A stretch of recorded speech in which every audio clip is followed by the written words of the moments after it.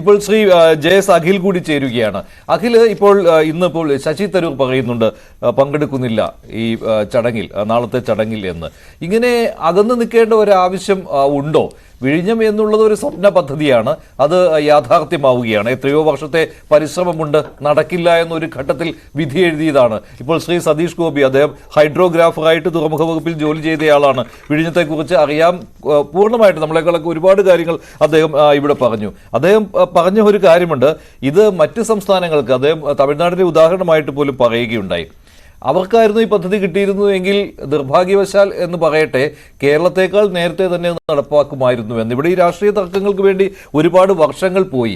1988 തന്നെ ഇതിനുള്ള ഐഡിയ തുടങ്ങിയതാണ്. അതിനു മുമ്പ് 46 തുടങ്ങി. 88 ഈ തുറമുഖം എന്നുള്ള രീതിയിലേക്ക്, ഈ കണ്ടെയ്നർ ടെർമിനൽ എന്ന രീതിയിലേക്കുള്ള ഐഡിയ വന്നു തുടങ്ങി. പിന്നെ തുടർന്ന് കരുണാകരൻ സർക്കാരിന്റെ കാലത്ത് MP രാഘവൻ ഷിപ്പിംഗ് മന്ത്രിയായ സമയത്ത്, പിന്നെ 2005 ഉമ്മൻചാണ്ടി അതിന് പ്രത്യേക ഇനിഷ്യേറ്റീവ് എടുക്കുന്നു. പക്ഷെ പിന്നെ അത് നീണ്ടു അങ്ങനെ പോയി. ഇപ്പോൾ എന്തായാലും ഇപ്പോൾ ഇങ്ങനെ എത്തി. പിന്നെയും നിങ്ങളിപ്പോൾ പറയുകയാണ് ഞങ്ങളെ അകറ്റി നിർത്തുകയാണ്, ഇത് ഞങ്ങളുടെ കുഞ്ഞാണ് എന്ന രീതിയിലൊക്കെ. അതിൻ്റെ ഒരു തർക്കത്തിന്റെ ആവശ്യമുണ്ടോ ഈ ഘട്ടത്തിൽ?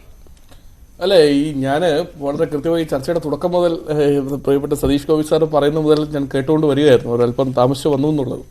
പക്ഷേ ഒരു കാര്യം വളരെ വ്യക്തമായി പറയാൻ ആഗ്രഹിക്കുന്നു. ഇപ്പോൾ പണ്ട് ബ്രിട്ടീഷുകാർ ഇന്ത്യ ഭരിക്കുന്ന സമയത്ത് അന്ന് കമ്മ്യൂണിസ്റ്റുകാർ ഈ പറയുന്ന പോലെ കമ്മ്യൂണിസ്റ്റ് ചൈന എന്ന് പറയുന്ന ചൈനക്കാർ ചിലപ്പോൾ ഒരു കമ്മ്യൂണിസ്റ്റ് ചൈന ആയതുകൊണ്ട് അന്നേ കാലത്ത് തന്നെ ഈ പറയുന്ന പോലെ വിഴിഞ്ഞം തുറമുഖ പദ്ധതിയെ പറ്റി അവരാലോചിച്ചിരുന്നു എന്ന് പറയുന്ന ഒരു സാഹചര്യമാണ് ഇന്നത്തെ LDFന്റെ പ്രതിനിധികൾ പറയുന്ന ഒരു വാഗ്വാദം കേട്ട് കഴിഞ്ഞാൽ ഞങ്ങൾക്കൊക്കെ തോന്നുന്നത്.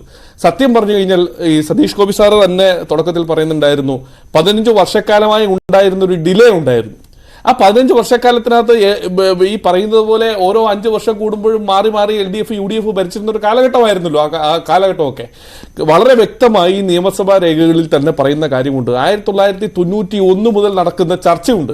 ഇതുമായി ബന്ധപ്പെട്ട ഫയൽ രേഖകളുമായി ബന്ധപ്പെട്ട ചർച്ചകൾ 91 മുതൽ, ആ 1991 മുതൽ പല രീതിയിലും. ഇപ്പോൾ ഒരു മുഖ്യമന്ത്രി ആയിരുന്ന ഒരാളുടെ മേശപ്പുറത്ത് ഒരു ഫയൽ വന്നിരുന്നാൽ അദ്ദേഹത്തിനും ആ വിഷയവുമായി ബന്ധമുണ്ട് എന്ന് പറയുന്ന രീതിയിൽ, അല്ലെങ്കിൽ സ്ഥാപിക്കുന്ന രീതിയിലേക്ക് ഇടതുപക്ഷം പോകുന്നത് ഏറ്റവും മ്ലേച്ഛകരമായ കാര്യമായിട്ടാണ് ഞങ്ങൾക്ക് തോന്നുന്നത്. എന്തായാലും ഈ പദ്ധതിയുമായി ബന്ധപ്പെട്ട് കേരളത്തിലെ മുഴുവൻ ആളുകൾക്കും, ഇന്ത്യയിലെ മുഴുവൻ ആളുകൾക്കും അറിയാവുന്ന ഒരു പച്ചയായ യാഥാർത്ഥ്യമുണ്ട്. അതെന്തെന്നാൽ സാക്ഷാൽ ഉമ്മൻചാണ്ടി എന്ന് പറയുന്ന ജനകീയനായ നേതാവിന്റെ നിശ്ചയദാർഢ്യത്തോടു കൂടിയിട്ടുള്ള ഇടപെടൽ തന്നെയാണ് ഈ പറയുന്നത് പോലെ വിഴിഞ്ഞ തുറമുഖ പദ്ധതി എന്ന സ്വപ്ന പദ്ധതി കേരളത്തിൽ സമ്മാനിക്കാൻ കഴിഞ്ഞത് എന്നത് പച്ചയായ യാഥാർത്ഥ്യമാണ്.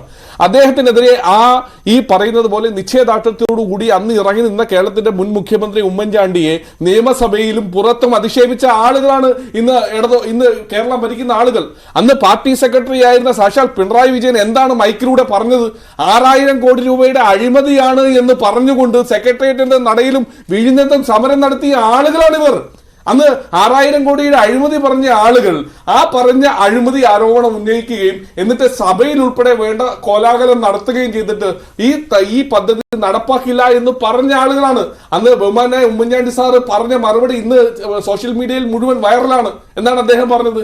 ഇനി എത്രമാത്രം അഴിമതി ആരോപണം നിങ്ങൾ നടത്തിയാലും ഈ പദ്ധതിയുമായി, ഇത് കേരളത്തിന്റെ സ്വപ്ന പദ്ധതിയാണ്, ഈ പദ്ധതിയുമായി ഞങ്ങൾ മുന്നോട്ട് പോവുക തന്നെ ചെയ്യുമെന്ന ഒരു മുൻ മുഖ്യമന്ത്രിയുടെ നിശ്ചയദാർഢ്യമാണ് ഇന്ന് പുത്തൻ ഉദയമായി നിൽക്കുന്ന ഈ പദ്ധതിയുടെ ഒരു യഥാർത്ഥ ക്രെഡിറ്റ് അദ്ദേഹത്തിന് തന്നെയാണ് എന്നുള്ള കാര്യത്തിൽ ഞങ്ങൾക്ക് സംശയമില്ല.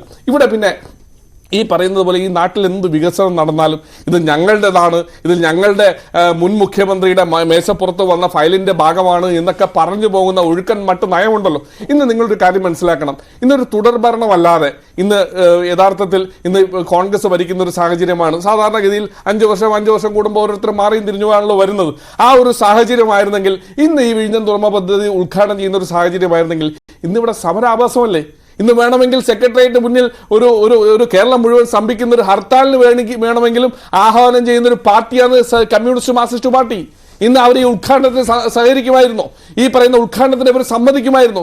കേരളം മുഴുവൻ ഈ പറയുന്നത് പോലെ ഹർത്താൽ ഉന്നയിച്ച്, ഹർത്താൽ ആഹ്വാനം ചെയ്ത് ഇതിനെ തടസ്സപ്പെടുത്താൻ ശ്രമിക്കുമായിരുന്ന ആളുകളല്ലേ ഇവരാണ് പറയുന്നത് ഇത്തരത്തിൽ വികസന ഉന്മുഖമായ ചിന്താഗതി ഇവരുടെ ഭാഗത്തു നിന്നുണ്ടായതാണെന്ന്. ഇവിടെ നമ്മൾ ഒറ്റ ഉദാഹരണം ഞാൻ പറയാം. കഴിഞ്ഞ കൊച്ചി മെട്രോ റെയിലുമായി ബന്ധപ്പെട്ട്, ആ മെട്രോ റെയിലുമായി ബന്ധപ്പെട്ട് 2015 ട്രയൽ റൺ നടത്തുന്ന സമയത്ത് ബഹുമാനായ ഉമ്മൻചാണ്ടി സാറിന്റെ നേതൃത്വത്തിൽ ട്രയൽ റൺ നടത്തുന്ന ഒരു സാഹചര്യമുണ്ടായി. അതിനുശേഷം ഭരണമാറ്റമുണ്ടായി. ആ മെട്രോ റെയിലുമായി ബന്ധപ്പെട്ട് പിണറായി വിജയൻ ഉദ്ഘാടനം ചെയ്യുന്ന സാഹചര്യമുണ്ടായി. അന്ന് മുൻ മുഖ്യമന്ത്രിയായിരുന്ന ഉമ്മൻചാണ്ടി സാറിനെ ആ ചടങ്ങിലേക്ക് വിളിച്ച ഒരു സാഹചര്യം പോലും ഉണ്ടായിട്ടില്ല.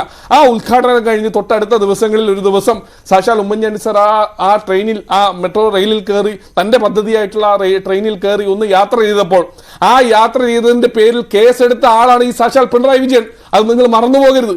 അതുപോലെ തന്നെ ഈ പറഞ്ഞ കണ്ണൂർ വിമാനത്താവളവുമായി ബന്ധപ്പെട്ട് എന്താ നടന്നത്? ആ കണ്ണൂർ വിമാനത്താവളവുമായി ബന്ധപ്പെട്ട് EP ജയരാജന്റെ നേതൃത്വത്തിൽ പുറത്ത് വലിയ സമരം നടക്കുക. ആദ്യ ഫ്ലൈറ്റ് വന്ന് ലാൻഡ് ചെയ്യുന്ന സമയത്ത് പുറത്ത് സമരം, എന്താ സമരമായിരുന്നത്? 3150 അടി മറ്റേ റൺവേ അവിടെ ഇല്ല എന്ന് പറഞ്ഞ് സമരം നടത്തിയ ആളുകളാണ്.